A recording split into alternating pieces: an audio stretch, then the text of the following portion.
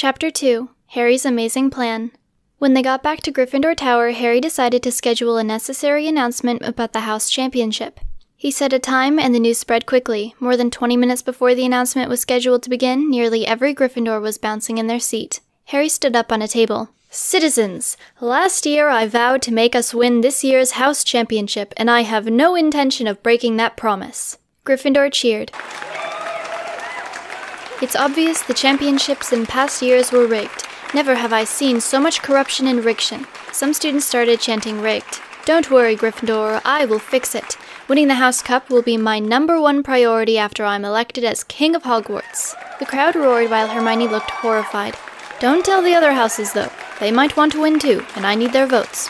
"Can we keep a secret, Gryffindor?" The students cheered. "Vote for Harry Potter, the protector of Hogwarts." He stepped down from the table and walked to Ron and Hermione. "So how'd I do?" It took a minute for Hermione to decide what to say first. "You can't run for king. Kings are part of monarchical governments, while Hogwarts isn't even a government. Hogwarts is an organization that has many— Okay, I get it. I'll run for president. Organizations have presidents." "That's true, but Hogwarts doesn't have a presidential position. The headmaster runs the school." "Not after I become president." "You can't appoint yourself as the most powerful authority." "Sure I can. I just need votes from the students of Hogwarts. That's why I have a campaign to start." "Everyone loves sports. What if I join the Quidditch team? I'll become super famous and endorse you." "Boom, promoted. You're my new campaign manager," Harry decided. "Cool, what was I before?" "Unemployed." Harry looked into the distance with Ron. "Stick with me, kid. We'll be running this place soon." "Oh, and Mud, I'm seriously considering you for the position of making sure I don't say anything that will hurt my campaign." By the next morning, news about Harry running for King of Hogwarts had spread like wildfire. Though they were hardly needed, posters were going to be hung throughout the hallways. Harry enlisted several people to make t-shirts, flyers, and to just in general promote his big crosshouse speech. There, he would officially announce his candidacy throughout the castle. Through the night, instead of sleeping, Harry worked on his notes. He just needed one more controversy, but frustratingly, it seemed beyond his reach. He had to think of one last thing. As they walked to Wand Safety, Hermione read their schedule. "Divination is only 20 minutes. "And you're complaining?" Ron asked. "No, it just seems odd. And Wand Safety was shortened by the same amount." "I hope the new teacher is as good as Professor Lupin," Harry said. "Me too," Ron agreed. "I don't think I could handle another git like Lockhart." They entered the classroom they had been seeing for the past 3 years. This year, the wooden desks sat in a meticulous grid. The chalkboard in front of the room was bright green without even a speck of dust. The fourth Wand Safety professor stood at his desk and welcomed everyone in. The classroom looked completely ordinary, but the teacher was far from normal. One of his eyes was dark, and the other was hidden behind a black eye patch. On his head, he wore a golden metal hat with 2 white horns that had been superglued on. His clothes were way too big for him, and he wore a large overcoat. In his hand, he carried the biggest flask any of them had ever seen. He started the class when everyone sat down. "Arg! Welcome to Wand Safety." He took a swig of the flask. "Me name is Alastair Moody, but ye can call me Mad-Eye Moody. Ye can't see it, but me eye is the maddest thing anyone's ever seen." "Is he high?" Hermione whispered. "Very," Ron answered in disgust. "Is this how I act when I'm high?" "Yeah, pretty much," Harry answered. "Arg! First lesson's gotta be about not stabbing. I gotta mention about the carrying of wands. It's very dangerous to be carrying 'em in your pocket. Them snap like twigs. Always have a bag to keep 'em in. If you don't have a bag, you don't have a wand. Yarg?" He seemed to be waiting for a response, so several students quietly said "yarg," hoping that was what he wanted to hear. They assumed divination would be like nap time, also known as recycling class, but they were wrong. Professor Trelawney would catch anyone who dozed off within seconds. After waking someone with a cowbell, her loud noise-maker of choice, she began the lesson by closing her eyes. With my inner eye, I can see that you are all year 4s. The first time they had met Trelawney, most people thought she was sane. Quickly, they discovered that she can't predict the future. She always had some kind of document that she pretended to not need, or she just made stuff up, like McClown's Burgers being the hidden food group. That's not even seeing into the future. Professor Trelawney stared impatiently until a couple of students gave some hollow applause. Oh no! My inner eye sees that you will all die by sundown." "Your inner eye has many dark thoughts," Hermione laughed. Trelawney walked to Hermione. You will be first." She started looking around the room. Then you, and after that, it will be you." And you will be eaten by... She slowly looked at her outstretched hand. This cowbell! No one could hold back their laughter, making Trelawney very angry. I have warned you. My inner eye sees that you will scoff until you realize you're in danger. Then it will be too late and the volcano will steal your soul. My inner eye disagrees, Ron said casually. My eye sees what is hidden in the trunk of your car within a mystical body bag. I didn't want to. The mannequin saw too much. Harry perked up in his chair. So you killed a mannequin? He asked, contemplating whether this constitutes as homicide or property damage and theft. What did you do? Decapitate it? Ron smirked. Well, Trelawney began, looking sadly at the floor with her big eyes. It had already been beheaded, but I could tell it was still alive.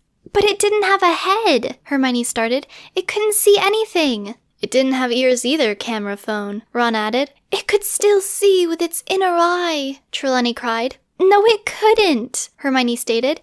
It didn't have a head. Inner eyes are supposed to be kept in our heads, in between our real eyes. Besides, it's an inanimate object.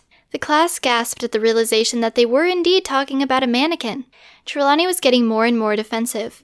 It saw, she screamed, losing the class more and more. It saw me dancing to a Front Street Boys song on the radio with my neighbors, the Why is this class important? Neville wailed. Ah, Harry exclaimed. Completely on my own, in my own brain, I thought of a question I'd like to have answered. Why is this class important? Everyone be quiet, the main character has spoken, an unnamed background character demanded. That's a good question, Harry, Trelawney replied, scarily more calm than before. Like many other questions, like, why are we here? Why do bad things happen to good people? What happens when we die? Why does raspberry pie taste so freaking good? Another question, Ron said. Why is there a P in raspberry? What? Harry yelled. There is? My whole life is a lie! If I'm elected as King of Hogwarts, I will remove the P in raspberry. Everyone cheered. Everyone except Trelawney. Divination is not about the mannequin in my trunk, she said, apparently not noticing the topic had switched to the election. Divination is the most important skill anyone can learn. Is it? Hermione asked. Trelawney pursed her lips. We shall now go outdoors and try my favorite kind of divination. In a long line they traveled through the empty, echoing corridors. Trelawney led them outside and onto the well-manicured lawn. Everyone take a seat. Students spread out all around the large area and lowered to the ground. Verdure divination is an excellent way to unlock your abilities and predict future events. View the grass deeply. Focus on the direction it's growing. Focus on how fast it is growing. Focus on which blade is the greenest. A substantial distance away, someone objected to the last instruction. Professor, I'm colorblind. Trelawney inhaled deeply and pretended not to hear. She stopped talking, and for the rest of the class, they quite literally watched grass grow. In silence. Not fast enough, the class ended. They had never been happier to see Professor Snape and his bat, Darthwing. With a swift motion of his hand, everyone became silent. This year, we'll be using simple bake ovens. We will spend half of the year going over safety procedures, and the rest making simple foods. Why half of the year merely learning safety protocol? Because you incompetent and judicious half-wits managed to fail at the simple task of using a forsaken microwave. Professor Dumbledore has said we cannot have any more injuries. If we do, we will have to return to blenders. A giant cup with a blade at the bottom. That's going to go well. Last time I had to hire a secret nurse and spend hundreds in bribes to get you all onto microwaves. And I still didn't win the Teacher of the Year award. Look at my competition. One of them is a cat. This year, your textbooks will be safely using a simple bake oven, more than everything you need to know about kitchen safety, and my personal favorite. Seriously, though, I am such a git that I can't use a spoon without going to the ER. Please save me, I'm so incredibly dumb and helpless. After getting through only the first chapter of More Than Everything You Need to Know About Kitchen Safety, class was dismissed and they went to lunch. Rumors had spread about the election and Harry continued to work on his speech. Since Hogwarts is a pretty good school, Harry didn't have a lot of problems to promise to fix. Every lesson of Care of Magical Creatures was outside. Every now and then they laughed at the thought of the class taking place in a classroom. Hagrid valued a hands-on class with many different types of animals. For his first lesson of the year, he brought them to a faraway enclosure. 7 large creatures stood in the fenced-in area. No one could even start to guess what kind of animal they were. The massive creatures had shaggy coats that were black on top and white on the bottom. Their black manes matched their tails. The long front legs of the animals were black with white webbed feet, while the hind legs looked like the creatures were wearing black pants with black webbed shoes. Under their heads, they each had a strange mark that looked like a bow tie. They had 2 large horns on either side of their head and small black beaks. "Hello, class," Hagrid greeted. "Does anyone know what these magical creatures are?" His answer was met with silence, so he continued. "These are Yules. When you see a Yule, you've got to be very careful. They're very classy animals. However, if they're provoked, they'll attack. And unless McGonagall is there, no one will be happy. They're easily offended, so here's what you need to remember. You can only approach if you're dressed formally. Wearing a bow tie seems to do the trick. To gain their trust, politely offer them something like a crumpet or tea." They each got a bow tie and a crumpet and entered the enclosure. As they tried to approach one, Hagrid spoke again. "Most of you have an advantage because of your accents. They think English accents are very fancy." The last class of the day was recycling. Everyone sat down with their pillows and got ready to sleep. Before they did, however, they noticed the cat wasn't in the room. The sunny windowsill was empty, the fireplace didn't have a cat lying in front of it, and no one was climbing the makeshift cat tree made out of duct-taped boxes. The chalkboard, however, did say Professor McGonagall. As they tried to figure out where the cat had gone, human Professor McGonagall entered the room. She wore a strange black pointy hat with a single feather sticking out of it and small glasses sitting at the end of her nose. "She turned back into a human," Harry said quietly. "Her and the cat are different," Hermione insisted. "Then why don't we ever see them in the same room?" Ron challenged. "Haven't you ever seen a crime show?" Harry asked. "None of the TV detectives believe in coincidences, and I don't either." Today, Professor McGonagall seemed different. She never mentioned fights or the physical arts. Instead, she bored them with information about recycling.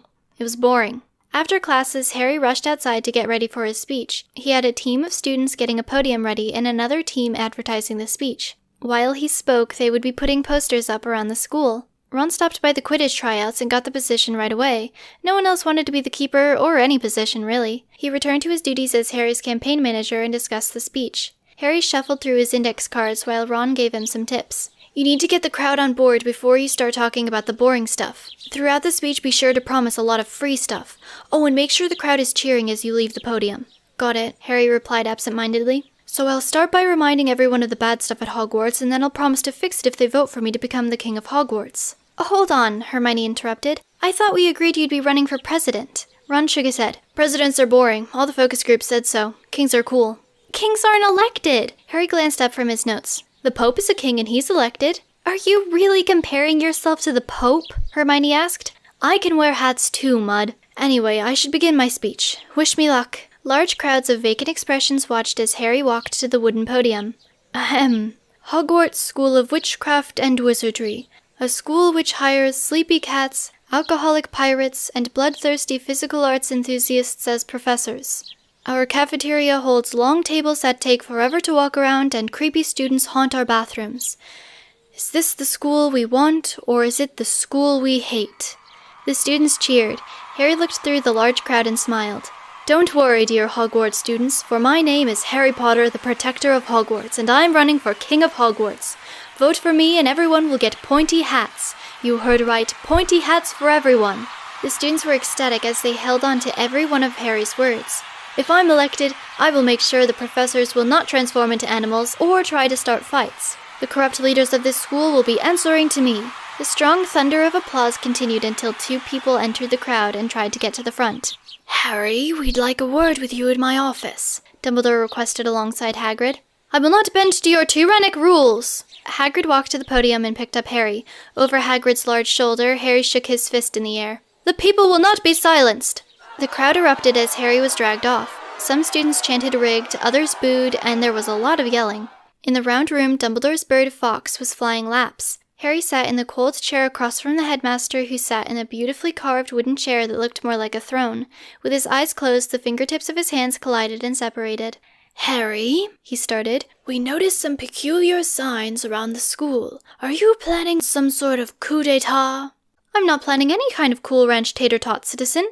I'm speaking for the students. They want to see change around here. They want the corrupt staff out of office. All right, go ahead, Hagrid agreed to Dumbledore's surprise. Have your election. Can't hurt. Good then. I will do that. An election would be a nice change of pace around here, Hagrid said. I'm curious of how this will play out. And what if he wins? Dumbledore asked. Well, then we'll just give him a desk or something. We can hide the evidence of tax evasion if you're that concerned. Tax evasion? Harry repeated. Don't worry yourself, Harry. We'll teach you when you're older. Harry arrived outside and approached his applauding crowd. He has returned! Someone announced. You'd better get back up there, Ron suggested.